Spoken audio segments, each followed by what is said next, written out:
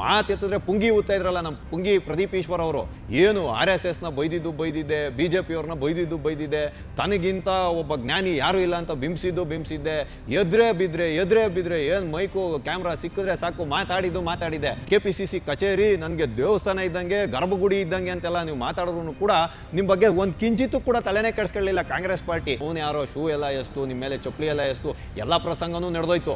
ಆದರೆ ನಿಮ್ಮ ಬಾಯಿಗೆ ಬೀಗ ಹಾಕಬೇಕು, ನಿಮ್ಮ ಬೋಲ್ಟ್ನ ನೆಟ್ಟನ್ನ ಟೈಟ್ ಮಾಡಬೇಕು ಅಂತಲೇ ಬಂಡೆಯವ್ರು ಕಾಯ್ತಾ ಇದ್ರು. ನೀವು ಇವತ್ತು ಏನೋ ನಾನು ಕೇಳೇ ಇಲ್ಲ ಅಂತ ಹೇಳ್ಬಿಟ್ಟು ಸಮರ್ಥನೆ ಕೊಡ್ತೀರಲ್ಲ, ನೀವು ಕೇಳಿಲ್ವಾ? ನಾನೇನು ರಾಜಕೀಯ ಸನ್ಯಾಸಿ ಅಲ್ಲ, ನನಗೂ ಕೊಡ್ತಾರೆ ಸಚಿವ ಸ್ಥಾನ ಅಂತ ನೀವು ಹೇಳೇ ಇಲ್ವಾ?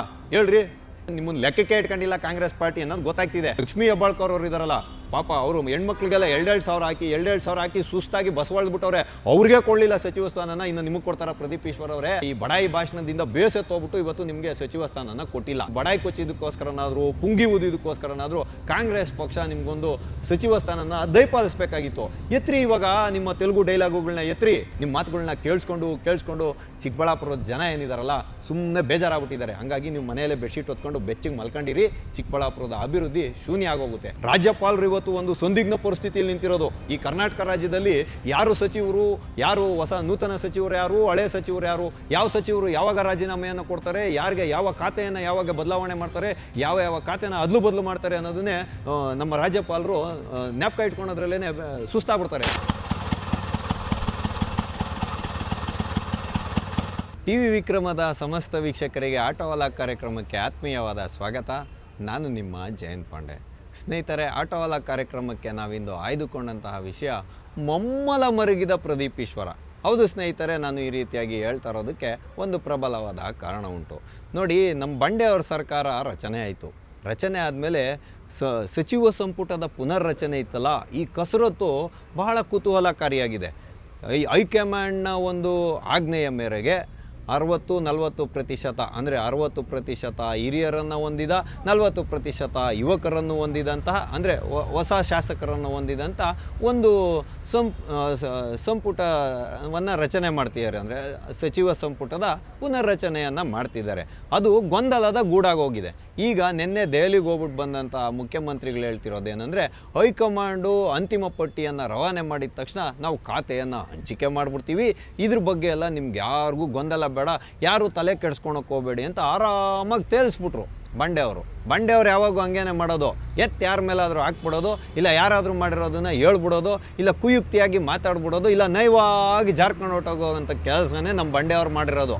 ಹಾಗಾಗಿ ನೋಡಿ, ನೀವೇನೋ ನೈವಾಗಿ ಹೇಳ್ಬಿಡ್ತೀರಾ ಸ್ವಾಮಿ, ಎಲ್ಲರೂ ಸುಮ್ಮನೆ ಇರಿ, ತಲೆ ಕೆಡಿಸ್ಕೊಳಕ್ಕೆ ಹೋಗಬೇಡಿ, 13ನೇ ತಾರೀಕುವರೆಗೂ ಟೈಮ್ ಇದೆ ಅಂತ. ಅಂದರೆ 13ನೇ ತಾರೀಕುವರೆಗೂ ಜನಗಳ ಕಷ್ಟ ನಷ್ಟನ ಕೇಳೋಕ್ಕೆ ಯಾರು ಸಚಿವರುಗಳಾಗಲಿ ಮಂತ್ರಿವರ್ಯರಾಗಲಿ ಬೇಡವಾ ಹೇಳಿ? DK ಶಿವಕುಮಾರ್ ಅವರೇ, ಇವತ್ತು ಕೆಲವು ಕಡೆ ನೆರೆ ಬಂದು ಕೊಚ್ಕೊಂಡು ಹೋಗ್ತಿದ್ರೆ, ಕೆಲವು ಕಡೆ ಬರಗಾಲ ಬಂದು ಕೂರಿಸ್ಕೊಂಡಿದೆ. ನೀವು ಜನಗಳ ಸಂಕಷ್ಟನ ಕೇಳೋದು ಬದಲು ನಿಮ್ಮ ಬರೀ ಸಂಪುಟ ಪುನರ್ರಚನೆ, ನನಗೆ ಆ ಸ್ಥಾನ ಸಿಕ್ಕಿಲ್ಲ, ನನಗೆ ಈ ಸ್ಥಾನ ಸಿಕ್ಕಿಲ್ಲ, ಹೋಗ್ಲಿ ಹೇಳ್ರಿ. ಹಿರಿಯ ಸಚಿವರಾಗಲಿ ಯಾರ್ಯಾರು ಇವಾಗ ಸಚಿವ ಸಂಪುಟದಲ್ಲಿ ಇದ್ದೀರೋ, ನಿಮಗೆ ಸಿಕ್ಕಿರೋ ಅಂಥ ಮಂತ್ರಿ ಸ್ಥಾನದಲ್ಲೇ ನೀವೇನು ಮಾಡಿದ್ದೀರಾ ಅನ್ನೋದನ್ನು, ಜನಕ್ಕೆ ಒಳ್ಳೇದು ಏನು ಮಾಡಿದ್ದೀರಾ ಅನ್ನೋದನ್ನು ಹೇಳ್ರಿ. ಅದನ್ನು ನೀವು ಮಾಡೋದಿಲ್ಲ.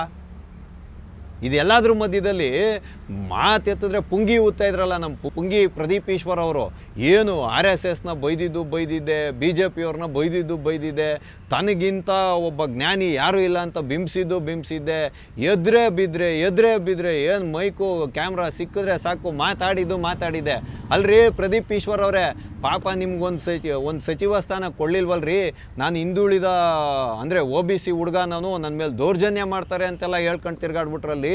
ಕುಮಾರಸ್ವಾಮಿ ಅವರು ಅದೆಷ್ಟೋ ಲಕ್ಷ ರೂಪಾಯಿದು ವಾಚ್ ಕಟ್ಕೊಂಡ್ಬಿಟ್ಟಿದ್ದಾರೆ ಅಂತೆಲ್ಲ ಆಪಾದನೆ ಮಾಡಿ, ಕೊನೆಗೆ ಕೆಂಪೇಗೌಡರು ಜಯಂತಿಯಲ್ಲೆಲ್ಲ ಜನಗಳ ಹತ್ರ ಇದು ಸ್ಟೇಜ್ ಹತ್ರ ಬೈಸ್ಕೊಂಡು ಕೆಳಗಡೆ ಇಳ್ದೋಗಿ ಆಚೆ ಕಡೆ ಮೇಲ್ಗಡೆ ಎಲ್ಲ ರಸ್ತೆಯಲ್ಲಿ ಬಂದು ನಾನೊಬ್ಬ ಇದು OBC ಹುಡುಗ, ನನ್ನ ಮೇಲೆ ಇವ್ರು ದೌರ್ಜನ್ಯ ಮಾಡ್ತಾರೆ ಅಂತೆಲ್ಲ ಹೇಳಿ, ಅವನು ಯಾರೋ ಶೂ ಎಲ್ಲ ಎಸ್ತು, ನಿಮ್ಮ ಮೇಲೆ ಚಪ್ಪಲಿ ಎಲ್ಲ ಎಸ್ತು, ಎಲ್ಲ ಪ್ರಸಂಗನೂ ನಡೆದೋಯ್ತು.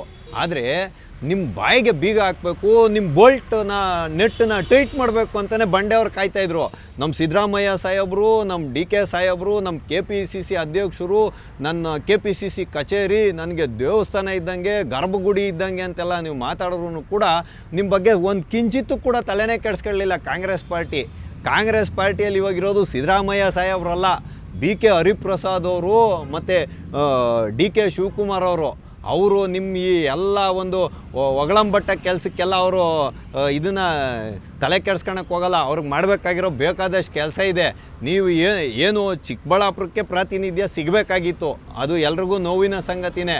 ಆದರೆ ಇಲ್ಲಿರೋ ಅಂಥದ್ದು 31 ಜನಕ್ಕೋ 32 ಜನಕ್ಕೋ ಅಷ್ಟೇ ಸಚಿವ ಸ್ಥಾನ. ಹಂಗಾಗಿ ಎಲ್ರಿಗೂ ಕೊಟ್ಬಿಟ್ಟವ್ರೆ. ಆದರೆ ನೀವಿವತ್ತು ಏನೋ ನಾನು ಕೇಳೇ ಇಲ್ಲ ಅಂತ ಹೇಳ್ಬಿಟ್ಟು ಸಮರ್ಥನೆ ಕೊಡ್ತೀರಲ್ಲ. ನೀವು ಕೇಳಿಲ್ವಾ? ನಾನೇನು ರಾಜಕೀಯ ಸನ್ಯಾಸಿ ಅಲ್ಲ, ನನಗೂ ಕೊಡ್ತಾರೆ ಸಚಿವ ಸ್ಥಾನ ಅಂತ ನೀವು ಹೇಳೇ ಇಲ್ವಾ? ಹೇಳ್ರಿ, ಹೇಳಿದ್ದೀರ ತಾನೇ ಕ್ಯಾಮ್ರಾಗಳ ಮುಂದೆ, ಮಾಧ್ಯಮಗಳ ಮುಂದೆ ಕೊಟ್ಟೇ ಕೊಡ್ತಾರೆ ನನಗೆ, ಆ ವಿಶ್ವಾಸ ನನಗಿದೆ ಅಂತ ಹೇಳಿದ್ರಿ. ಆದರೆ ನಿಮ್ಮನ್ನು ಲೆಕ್ಕಕ್ಕೆ ಇಟ್ಕೊಂಡಿಲ್ಲ ಕಾಂಗ್ರೆಸ್ ಪಾರ್ಟಿ ಅನ್ನೋದು ಗೊತ್ತಾಗ್ತಿದೆ. ಯಾಕೆಂದರೆ ನೀವು ಹೋಗಿದ್ದ ಕಡೆ ಬಂದಿದ್ದ ಕಡೆ ಎಲ್ಲ ಬಾಯಿಗೆ ಬಂದಂಗೆ ಮಾತಾಡಿ ಕಾಂಗ್ರೆಸ್ ಪಕ್ಷರನ್ನು ಮುಜುಗರಕ್ಕೆ ಈಡು ಮಾಡ್ತಾಯಿದ್ರೆ ನೋಡ್ಕೊಂಡು ಸುಮ್ಮನೆ ಕೂತಿರ್ತಾರ. ಹಂಗಾಗಿನೇ ಡಿ.ಕೆ. ಶಿವಕುಮಾರ್ ಅವರು ಸಿನಿಮಾದ ಯಾವುದೋ ಒಂದು ಕಾರ್ಯಕ್ರಮದಲ್ಲಿ ಹೇಳಿದರು, ಯಾರ್ಯಾರು ಭಾಗವಹಿಸಲ್ಲ ಅವ್ರು ಬೋಲ್ಟು ನೆಟ್ಟೆಲ್ಲ ಹೆಂಗೆ ಟ್ರೀಟ್ ಮಾಡಬೇಕು ಅನ್ನೋದು ಅವ್ರಿಗೆ ಚೆನ್ನಾಗಿ ಗೊತ್ತಿದೆ. ಯಾಕೆಂದರೆ ನಿನ್ನೆ ಒಂದು ಮಾಲೂರಲ್ಲಿ ಒಂದು ಕಾರ್ಯಕ್ರಮ ನಡೀತಲ್ಲ, ಅಲ್ಲಿ ನಾರಾಯಣ ಸ್ವಾಮಿ ಅವ್ರನ್ನ ದೀಪ ಹಚ್ಚಕ್ಕೆ ಕರ್ಕೊಂಬಂದರೆ ಅವ್ರು ಸಣ್ಣ ಮಕ್ಳ ಥರ ರಚ್ಚೆ ಹಿಡ್ಕೊಂಡು ಕೂತಿದ್ದಾರೆ ರೀ. ದೀಪ ಪ್ರಜ್ವಲನೆ ಮಾಡೋಕ್ಕೆ ಬನ್ನಿ ಅಂದರೆ ಬರಲಿಲ್ಲ, ಸನ್ಮಾನ ಮಾಡ್ತೀವಿ ಬರ್ರಿ ಅಂದರೆ ಬರಲಿಲ್ಲ. ಆಮೇಲೆ ಒತ್ತಾಯಪೂರ್ವಕವಾಗಿ ಬಲವಂತ ಮಾಡಿ ಕರ್ಕೊಂಬರ್ಬೇಕಾಗಿರೋಂಥ ಪರಿಸ್ಥಿತಿ ನಿರ್ಮಾಣ ಆಗೋಯ್ತು. ನಮ್ಮ ಲಕ್ಷ್ಮೀ ಹೆಬ್ಬಾಳ್ಕರ್ ಅವರು ಇದ್ದಾರಲ್ಲ, ಪಾಪ ಅವರು ಹೆಣ್ಮಕ್ಳಿಗೆಲ್ಲ 2,000 ಹಾಕಿ ಸುಸ್ತಾಗಿ ಬಸವಳ್ದ್ಬಿಟ್ಟವ್ರೆ.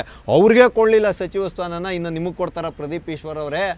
ಚಿಕ್ಕಬಳ್ಳಾಪುರಕ್ಕೆ ಯಾರಾದರೂ ನಿಮ್ಮ ರೀತಿಯಾಗಿ ಸುಮ್ಮನೆ ಬಡಾಯಿ ಕಚ್ಕೊಂಡು ಓಡಾಡೋ ಅಂಥ ಶಾಸಕರು ಸಿಗದಿರ ಬೇರೆ ಯಾರಾದರೂ ಒಂದು ತೂಕವಾಗಿರೋಂಥ ಶಾಸಕರು ಸಿಕ್ಕಿದ್ದಿದ್ರೆ ಕಾಂಗ್ರೆಸ್ ಪಕ್ಷ ಸ್ವಲ್ಪ ನೋಡ್ತಾ ಇತ್ತೇನೋ ಆ ಕಡೆ.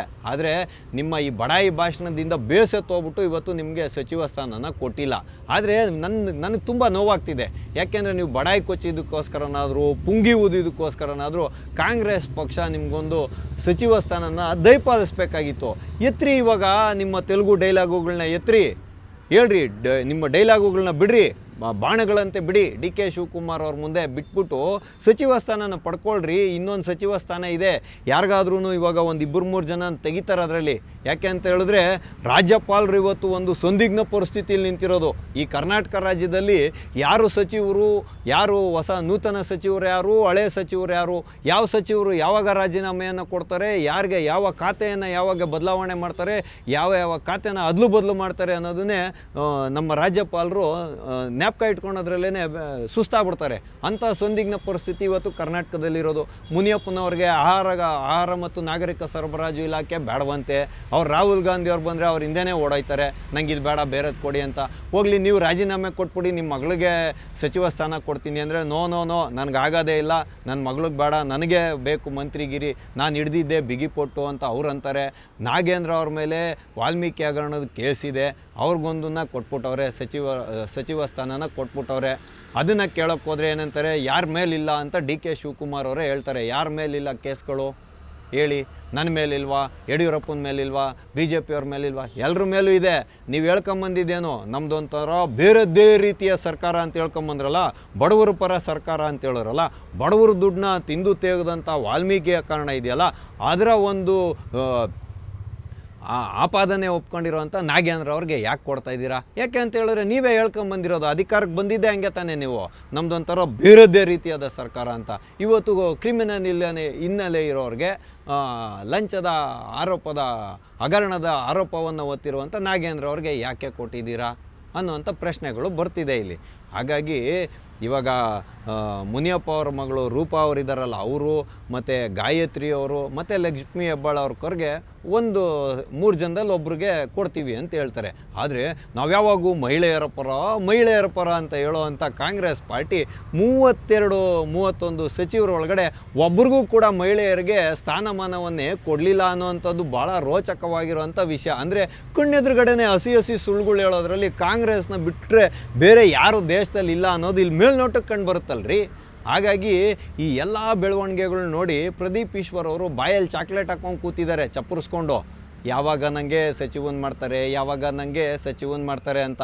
ಹಂಗಾಗಿ ಇವಾಗ ಪ್ರದೀಪ್ ಈಶ್ವರ್ ಅವರು ದೇವರಲ್ಲಿ ಪ್ರಾರ್ಥನೆ ಮಾಡ್ತಿದ್ದಾರೆ. ನಮ್ಮ ಡಿ.ಕೆ. ಶಿವಕುಮಾರ್ ಅವ್ರು ಹೇಳ್ದಂಗೆ ಏನು ಪ್ರಾರ್ಥನೆ ಫಲವನ್ನು ಕೊಟ್ಟೇ ಕೊಡುತ್ತೆ, ಪ್ರಯತ್ನ ಫಲ ಕೊಡಲಿಲ್ಲ ಅಂದ್ರೂ ಅಂತ ಯಾಕೆ ಅಂದರೆ ಇವಾಗ ಸ್ವಲ್ಪ ಗೊಂದಲದ ಗೂಡಾಗಿದೆಯಲ್ಲ, ಹೈಕಮಾಂಡ್ ಇವಾಗ ಅಂತಿಮ ಪಟ್ಟಿಯನ್ನು ಪಕ್ಕಕ್ಕೆ ಇಟ್ಬಿಟ್ಟಿದೆಯಲ್ಲ, ಅದರಲ್ಲಿ ಏನಾದರೂ ಒಂದು 5-6 ಜನ ಪಕ್ಕಕ್ಕೆ ಕೊಟ್ಟೋದ್ರೆ OBC ಅಡಿಯಲ್ಲಿ ನನಗೂ ಒಂದು ಶಾಸಕ ಸ್ಥಾನ ಕೊಡಿ, ನನಗೂ ಒಂದು ಶಾಸಕ ಸ್ಥಾನವನ್ನು ಕೊಡುವಂತಾಗಲಿ ಅಂತ ದೇವರಲ್ಲಿ ನಂದೀಶ್ವರನ ಹತ್ರ ಪ್ರಾರ್ಥನೆ ಮಾಡ್ತಿದ್ದಾರೆ ಅವರು.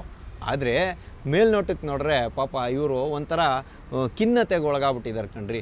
ನಾನೇನು ಕೇಳಿಲ್ಲ ಅಂತ ಹೇಳ್ತಾರೆ. ಆದರೆ ಇವತ್ತಿನ ಸಾಮಾಜಿಕ ಜಾಲತಾಣದಲ್ಲಿ ಅವರು ಆಡಿರುವಂಥ, ಕೇಳಿರುವಂಥ, ಬೊಬ್ಬಿರಿಸಿರುವಂತಹ ಎಲ್ಲ ವಿಷಯನೂ ವೈರಲ್ ಆಗಿ ಕೂತಿದೆ. ಹಾಗಾಗಿ ಪ್ರದೀಪ್ ಈಶ್ವರ್ ಅವ್ರಿಗೆ ಸಚಿವ ಸ್ಥಾನ ಸಿಗುತ್ತೋ ಇಲ್ವೋ ನನಗೆ ಗೊತ್ತಿಲ್ಲ. ಆದರೆ ಚಿಕ್ಕಬಳ್ಳಾಪುರಕ್ಕಂತೂ ಪ್ರಾತಿನಿಧ್ಯ ಸಿಗಬೇಕಾಗಿತ್ತು. ಯಾರಾದರೂ ಒಬ್ಬರು ಮಂತ್ರಿವರ್ಯರನ್ನು ಅಲ್ಲಿ ಮಾಡಬೇಕಾಗಿತ್ತು. ಇದು ಸರ್ಕಾರ ಇವತ್ತು ಒಂದು ಆ ಜಿಲ್ಲೆಯಲ್ಲಿ ಯಾವುದೇ ಸವಲತ್ತುಗಳೇ ಇಲ್ದಂಗೆ ಆಗೋಗಿದೆ. ಚಿಕ್ಕಬಳ್ಳಾಪುರ ಜಿಲ್ಲೆಯಲ್ಲಿ ಬೆಂಗಾಡೋದು, ನೀರಿದ್ದರೆ ಬೆಳೆ ಬರಲ್ಲ, ಬೆಳೆ ಇದ್ದರೆ ನೀರು ಬರಲ್ಲ, ಹೆಚ್ಚಿನ ವಿದ್ಯಾವಂತರು ಓದ್ತಾರೆ ಅನ್ನೋದೊಂದು ಬಿಟ್ಟರೆ ಯಾವ ಸವಲತ್ತುಗಳು ಇಲ್ಲ ಇವತ್ತು ಅಲ್ಲಿ ಚಿಕ್ಕಬಳ್ಳಾಪುರ ಜಿಲ್ಲೆಯಲ್ಲಿ. ಹಾಗಾಗಿ ಅಲ್ಲಿ ಪ್ರಾತಿನಿಧ್ಯ ಕೊಡೋದಕ್ಕೆ ಈ ಚಿಕ್ಕಬಳ್ಳಾಪುರದ ವಿಧಾನಸಭಾ ಕ್ಷೇತ್ರ ಏನಿದೆಯಲ್ಲ ಅದರ ಅಭಿವೃದ್ಧಿಗೋಸ್ಕರ ಒಬ್ಬ ಒಳ್ಳೆ ಕೆಲಸ ಮಾಡೋವಂಥವ್ರಿಗೆ ಸಚಿವ ಸ್ಥಾನವನ್ನು ಕೊಡಬೇಕಾಗಿತ್ತು. ಆದರೆ ಕೊಡಲಿಲ್ಲ. ಪ್ರದೀಪ್ ಈಶ್ವರ್ ಅವರೇ, ನಿಮಗೆ ಬ್ಯಾಡ್ ಲಕ್. ಅಂದರೆ ಕೈಗೆ ಬಂದಿತ್ತು ತುತ್ತು ಬಾಯಿಗೆ ಬಂದಂಗೆ ಹೊಟ್ಟೋಯ್ತು. ಇದನ್ನು ನೀವು ನೋಡಿ ಮಮ್ಮಲ ಮರ್ಗೋಕ್ಕೆ ಹೋಗಬೇಡಿ. ಆದರೆ ಪ್ರದೀಪ್ ಈಶ್ವರ್ ಅವ್ರು ಹಂಗೆ ಮಾಡ್ತಾರಾ? ಪ್ರಾರ್ಥನೆಯನ್ನು ಮಾಡಿಕೊಂಡು ಈಗ ಯಾರ್ಯಾರು ರಾಜೀನಾಮೆಯನ್ನು ಕೊಡಿಸ್ತಾರೋ, ಯಾರ್ಯಾರ ಖಾತೆಗಳು ಅದ್ಲಿ ಬದಲಿ ಆದಾಗ ನಂಗೆ ಅವಕಾಶ ಸಿಕ್ಕೇ ಸಿಗುತ್ತೆ ಅನ್ನೋವಂಥ ಭರವಸೆಯನ್ನು ಇಟ್ಕೊಂಡು ಮಮ್ಮಲ ಮರ್ಕೊಂಡು ಮನೆ ಒಳಗಡೆ ಬೆಚ್ಚಿಗೆ ಬೆಡ್ಶೀಟ್ ಹೊತ್ಕೊಂಡು ಮಲ್ಕೊಂಡಿದ್ದಾರೆ. ನೀವು ಅದೇ ರೀತಿಯಾಗಿ ಮುಂದುವರಿರಿ. ಯಾಕೆಂದರೆ ಇನ್ನು 1.5 ವರ್ಷ ಮಾತ್ರ ಇರೋದು.